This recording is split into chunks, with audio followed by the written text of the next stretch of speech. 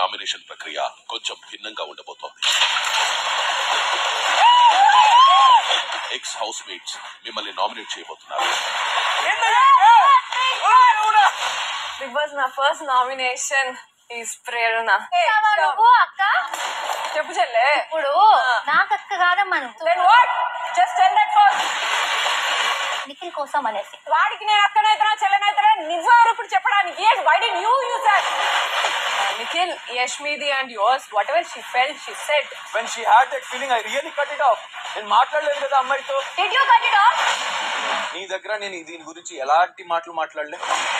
తప్పుంటే నీ జోలికి నేను వచ్చేదానికి. నేనంత మోడర్న్ కాదు. ఎవరు? నేనే. Okay, God bless you. Wish you the same.